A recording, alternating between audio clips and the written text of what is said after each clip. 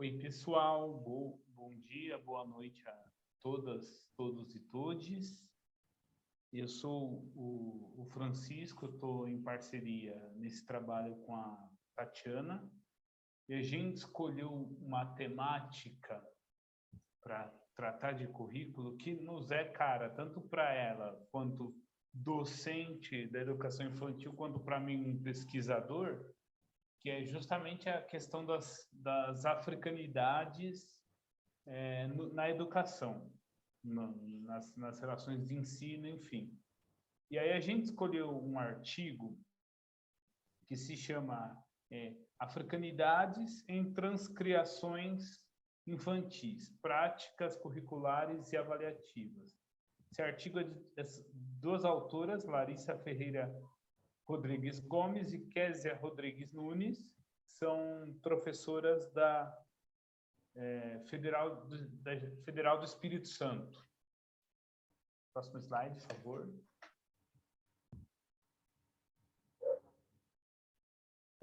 E aí, esse artigo, a gente fez a escolha por ele pensando justamente na Lei 10.639, que estabelece, define a obrigatoriedade do ensino da história da África e das culturas afro-brasileiras no currículo de educação básica, né?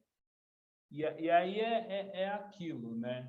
A lei já está tratando do currículo.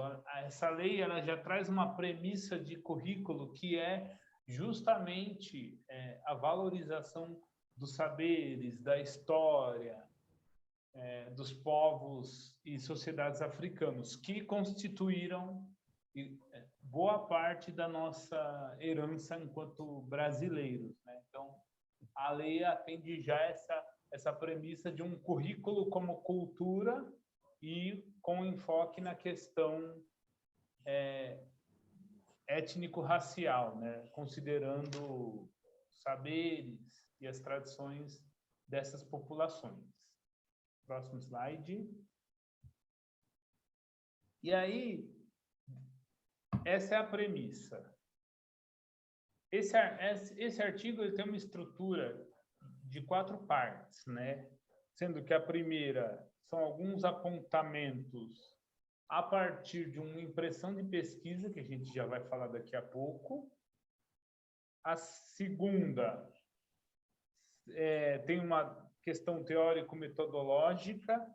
A terceira, os cenários de pesquisa. E a quarta, a problematização. E ela é uma pesquisa relativamente recente, do ano de 2019, né, a partir de um trabalho do SEI CRIARTE, que é ligado à Federal do Espírito Santo.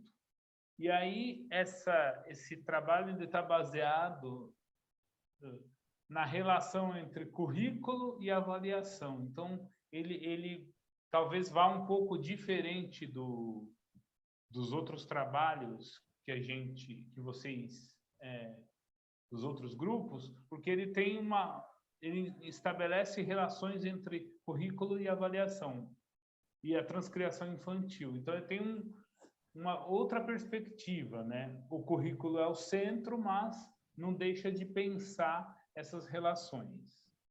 Próximo slide. Aí, primeira parte, introduzindo conversas sobre africanidades em transcriações infantis. Era uma vez uma criança que brincava, corria e pulava como qualquer uma outra. Certo dia, pediram para ela fazer um desenho seu, só seu. A partir de rasgos e remendos com cola e papel, era desejada sua imagem. Seus olhos denunciavam o espanto que lhe tomara, seu corpo fora paralisado. Fosse a rasgar papel buscando não ser percebida. Mas num rasga daqui, cola dali, a imagem surgia. Uma criança rosa entre as outras que se colocavam a perceber. Uau! Por que cor de rosa? Porque eu sou café com leite. É um fragmento de uma das conversas, né? Aí já tem um ponto que abre para a gente uma coisa que logo no começo do texto, as autoras colocam, né, que é o seguinte, que há uma problemática de autorreconhecimento das crianças, né, negras, e que, perante essa problemática, que é fruto da história racial brasileira,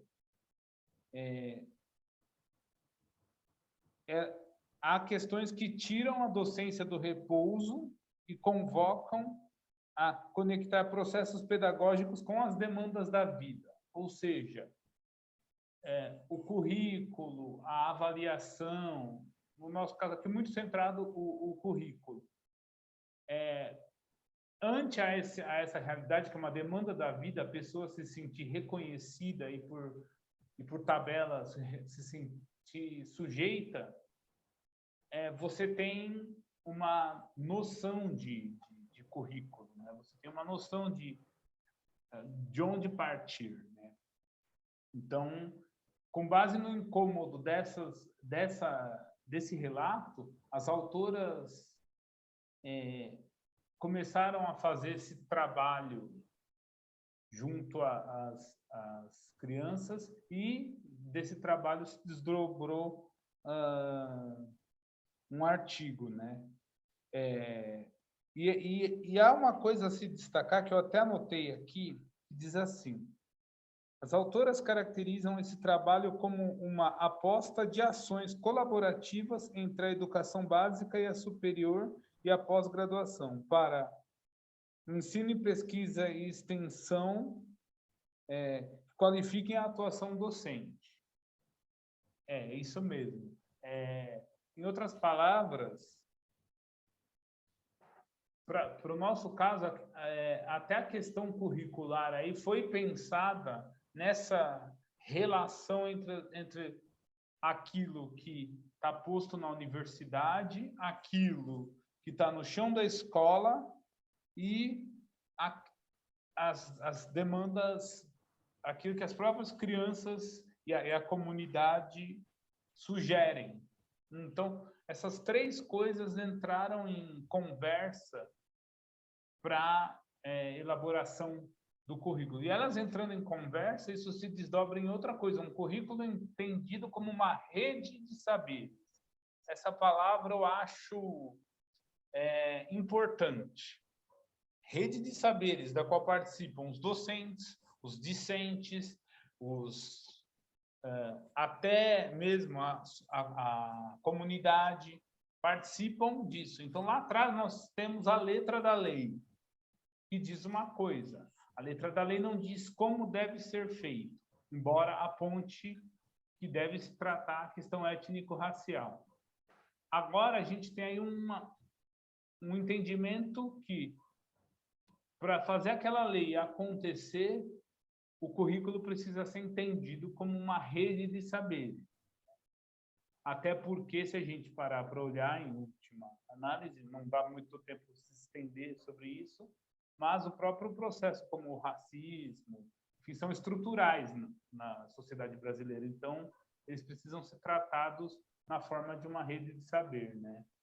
E aí, sendo o currículo uma rede de saber, a avaliação desses processos de ensino e aprendizagem devem ter o caráter formativo, de um lado, ou seja, formar os indivíduos, formar as pessoas, formar, inclusive, os próprios docentes, e cartográfico. Essa palavra cartográfica, eu que sou da geografia, tendo a lê-la com de um olhar muito interessante. No texto, ela usa uma aproximação muito boa, que é pensar um percurso, ou seja, referências para um percurso. A gente tem um percurso, educação entendida como um percurso que tem como objetivo a formação, e para se chegar a isso você cartografa, ou seja, você mapeia todos os caminhos desse percurso, né? E uma outra premissa dentro dessas conexões é justamente a transcriação infantil, que é como as crianças elaboram e reelaboram os conteúdos e até as atividades a elas propostas, né? Como as crianças, em última análise, são também produtoras de currículo. Se o currículo é entendido como rede de saber, e uma rede de saber envolve todos os sujeitos do ensino, logo, as crianças também fazem parte, com as suas demandas, as suas indagações, também fazem parte desse processo, né? Então, aí no slide foram apontados esses 4 pontos que a gente julgou importante para sintetizar a premissa que o artigo traz, né? Que o artigo estabelece.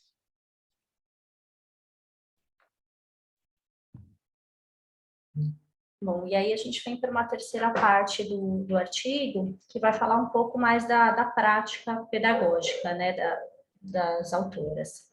Então, essa terceira parte tem a temática abrindo o baú de histórias e transcriando outras imagens e narrativas.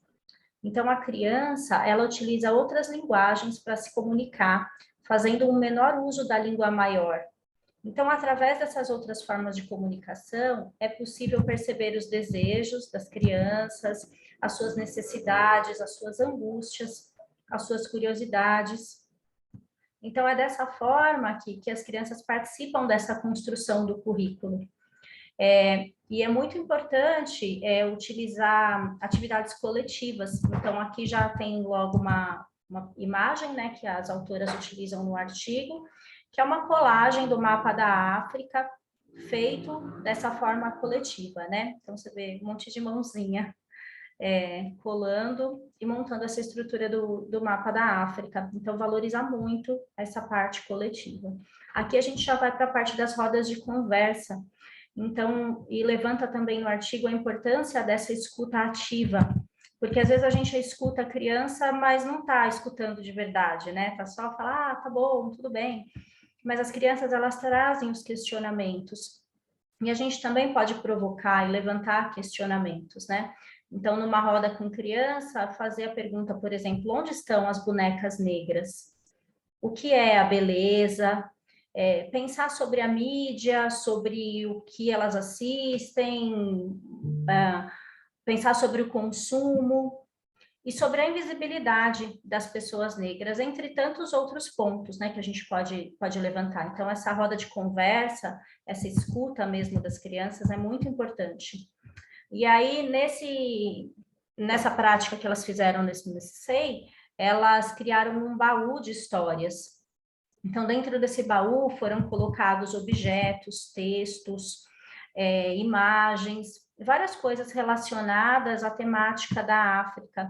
E elas elencaram 20 temas.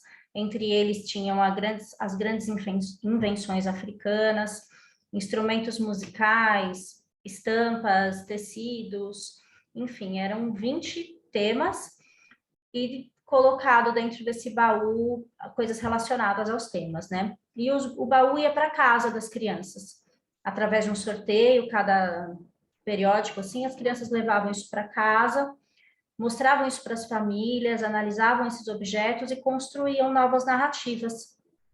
E faziam essa devolutiva, né, para as docentes, trazendo novas histórias, novos contextos e gerando novos questionamentos. Então, vira um ciclo, né? Um ciclo de aprendizado, um ciclo de troca de experiências e valorização dessa cultura.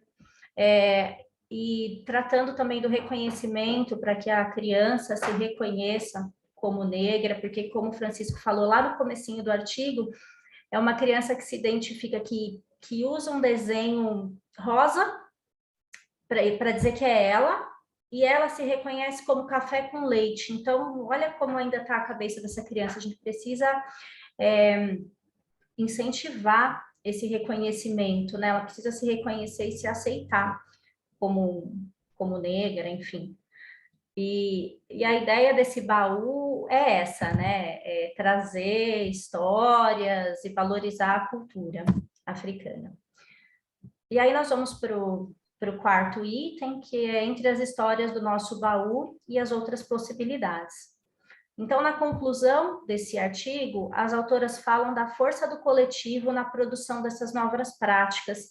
Então, como o coletivo mesmo, as pessoas que trabalham na escola, os educadores, a família, a comunidade, como esse coletivo tem força para construir novas práticas. E aí eu vou ler esse finalzinho aqui delas, que é a tessitura desse debate com crianças da educação infantil e o compartilhamento das experiências educativas criam para a docência a possibilidade de outras leituras de nossa história. Ajuda a colocarmos em análise o presente que vivemos, com o racismo estrutural que vigora, disseminando o preconceito e a dor em meninos e meninas negras, homens e mulheres negras. Por esses motivos, nos posicionamos quanto ao papel social e colaborativo da escola e da universidade, ao assumir a contribuição de práticas curriculares e avaliativas de processos e de registros que confiram visibilidade às diferentes dimensões da docência, conceituais, procedimentais, estéticas, éticas, atitudinais e políticas. E aí elas vêm também com uma citação que é bem interessante, que é: ninguém nasce racista ou traz do ventre preconceito com a África. A criança aprende com e por aquilo que vê e escuta. Ao mesmo tempo, em gaguejos, balbucios e garatujas, em potentes usos menores de uma língua maior, a criança pode dizer o que ainda não foi dito, pode brincar com palavras ancestrais e transcriar mundos e sociedades antirracistas. Então, acho que essa é a mensagem aí do artigo, né, que a gente precisa trabalhar isso na educação, apesar de já estar no currículo, a gente ainda vê muita falha, né, na questão da aplicação dessa lei. E aí, para finalizar, a gente quer fazer um paralelo com alguns textos que a gente já viu nas semanas anteriores. Então, na semana 3, nesse texto, Saberes Escolares, Imperativos Didáticos e Dinâmicas Sociais, tem esse fragmento que diz aqui que, na medida em que existe uma diferença entre aquilo que é pretendido e aquilo que é ensinado realmente, pode-se, além disso, acrescentar que aquilo que é realmente aprendido, retido e compreendido pelos alunos não corresponde tão pouco àquilo que os docentes ensinam ou creem ensinar, e que esta inadequação pode se tornar, por sua vez, o objeto de uma investigação sociológica, na medida em que as condições da recepção da mensagem pedagógica dependem também do contexto social e cultural.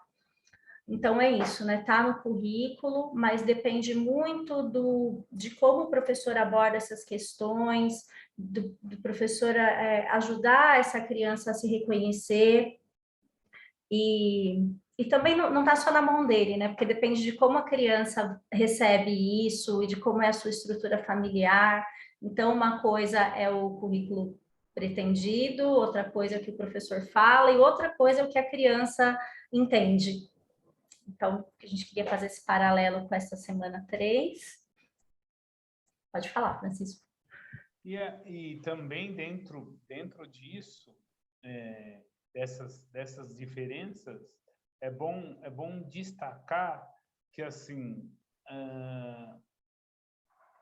tudo isso passa por também mecanismos de resistência das pessoas. E quando eu falo resistência, eu falo em discordância mesmo, né? Você pega casos que a gente viu por aí, por exemplo, de ter havido tentativas de se ensinar a questão étnico-racial em determinados contextos em que se esbarrou até em pressões dos próprios pais, da própria comunidade do entorno, né? Por isso que eu acho que as autoras citam também a necessidade de lembrar da comunidade na hora de fazer o debate curricular, né? De mostrar à comunidade que é importante que seus filhos e filhas se reconheçam como eles são, né? Então, quando o Furquim fala disso do retido, compreendido, também tem no meio esse contexto maior, né? Que passa na retenção e na compreensão, né? Perfeito, Francisco, é isso mesmo, que a gente falou sobre a força do coletivo, né? De fazer esse conjunto e todo mundo trabalhar com o mesmo objetivo. E aí, para finalizar, mais uma ligação com um dos textos que a gente estudou, que aqui já é da semana 6, que são as vozes do currículo oculto. Então, aqui nesse texto, para Silva, né, o currículo oculto é o reflexo dos efeitos de aprendizagem não intencionais e que se dão como resultado de certos elementos presentes no ambiente escolar. Ele designa 2 aspectos. Então, o primeiro refere-se às práticas e processos educativos que induzem resultados de aprendizagem que não foram explicitamente propendidos. O segundo refere-se aos efeitos educativos provocados, né, a partir do que foi almejado pelo currículo formal. Então, também tem relação aí com isso, né, que de certa forma é um currículo oculto, né, é ok trabalhar as questões da África, mas é se reconhecer como descendente dessa história, ver essa relação tão forte que a gente tem, né, com esses povos ancestrais. Bom, é isso, Francisco, você quer falar mais alguma coisa? Só para dizer que para nós educadoras e educadores, eu creio que o currículo oculto deva ser a nossa meta. Por quê? Porque se a gente muitas vezes ficar dependendo de formulações oficiais, formulações vindas de outros espaços, talvez a gente tenha dificuldade em colocar em prática as nossas premissas de educação, né? Então, acho que o currículo oculto ele pode ser, por um lado, uma estratégia para a gente chegar, no caso do nosso artigo, na formação de uma educação e de uma sociedade antirracistas, né? Então, é isso. E assim a gente encerra aqui a nossa apresentação. Espero que vocês tenham gostado. Obrigada. Obrigado, pessoal. Tchau. Obrigado, pessoal. Tchau, tchau.